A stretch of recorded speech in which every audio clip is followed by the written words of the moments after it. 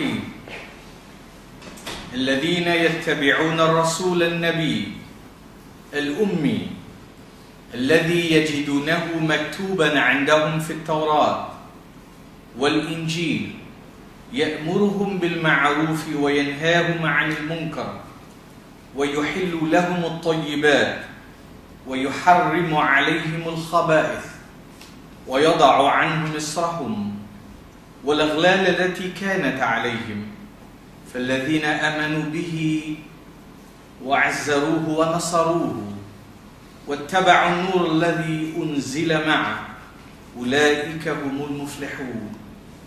This verse can be found in chapter 7, 157 of the Qur'an. Esteemed sisters and brothers, our dearest viewers and listeners, Assalamu alaikum wa rahmatullahi wa barakatuh.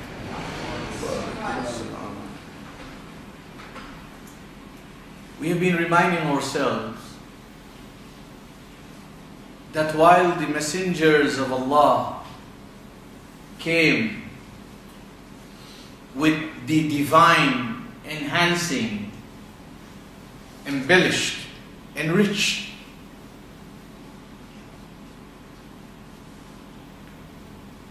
empowering social order, they had to strive to communicate that to their communities who were following numerous orders. And the Qur'an, you will recall, told us very clearly, and this we have heard it time and again, that when it was said to the community, follow what Allah has revealed, وَإِذَا قِيلَ لَهُمُ اتَّبِعُوا مَا أَنزَلَ اللَّهُ, and when it was said to them to follow what Allah has revealed, their statement of life, their response was, we are comfortable in what we are doing, we are comfortable in what the society is doing, we are comfortable in it that it came down to us from a long time ago. And Allah questioned when He said, they persist in following that which does not stand up to the test of the intellect. It's not intelligent in what they do. And there is no divine reference to their action. So as I was saying to myself and you, that the beloved Prophet Muhammad, like all the messengers before him, had to confront different social orders. And no community of people is without an order. They follow. There is an order to their life. There is some set of laws, whether it is written or unwritten, customs and norms and values they hold on to. But I mentioned last week that one of the stumbling blocks to the reformation of society, to the positive changes in society, to the enhancement of society, to the evolution of society, to society rising out of what is keeping it back, is that you have two things. One, you have people who have become heroes and leaders, and whose teachings and explanation is more in line with something that is called religion, that has been there from time immemorial, but heaps more burdens on people instead of relieving them of burdens. And this is a fact that you can research and you can see in society, in the world we live in, because there is a simple litmus test. If we are following the religion of our forefathers, then we should be very exalted people, very elevated people, very enhanced people, people who have the inherent capability and energy to get out of any puddle they have fallen into, to get out of any hole, to get out of any mess, to get out of darkness, to get out of ignorance, to get out of a listless life, to get out of a life that is day in and day out seem to be a rock that is not producing anything. And of course, I hope we have come to that understanding that that kind of life could not have come from God. That that kind of life could not have been perceived or conceived by anybody who was the messenger of God.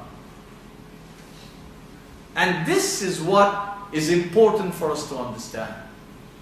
And in our own society here in Canada, and all these societies where Muslims live in the world, because the average Muslim doesn't have a drive to pursue the truth.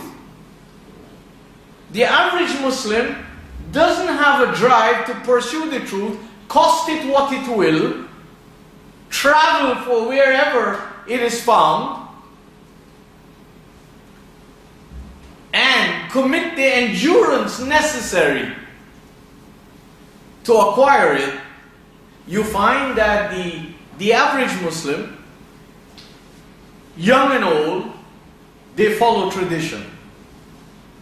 And tradition naturally came down through elders, people who were teachers, people who are preachers, people who are leaders, people who are mentors of society.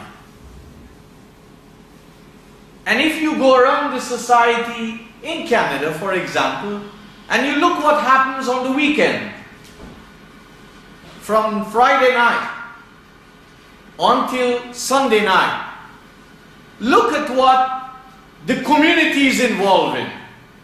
There is very little intelligence. There is very little Qur'anic sense in that. Most of what they do is to satisfy themselves with what they inherited or what they feel nice with. And they have enough people to make that occasion a reality for them. There are people who want to celebrate their birthday, for example, and they will have a Qur'an Sharif. That's meaning a number of people reading the Qur'an all together, different sections, and then somebody making a dua for these people and transferring blessings to their balance sheet or their financial statement. And there's no shortage of people who will do these things. And by the way, 9 out of 10 times, this reading of this Qur'an is done in Arabic. If you look at when people are getting married, what do you see there? This is a big placebo. You see, they get the people who are authorized to conduct marriages in Ontario, legal marriage officers, and they get, naturally, the stalwarts of the community, who are the showpiece of their occasion, because they want to have a nice wedding.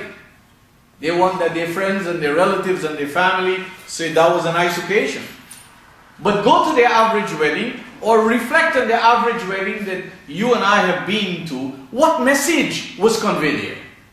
What message did that groom or bride-to-be get to sensitize them of their responsibility in life? Most of these occasions are occasions to bless these couple by reading some Arabic mantras and by putting a ring on them.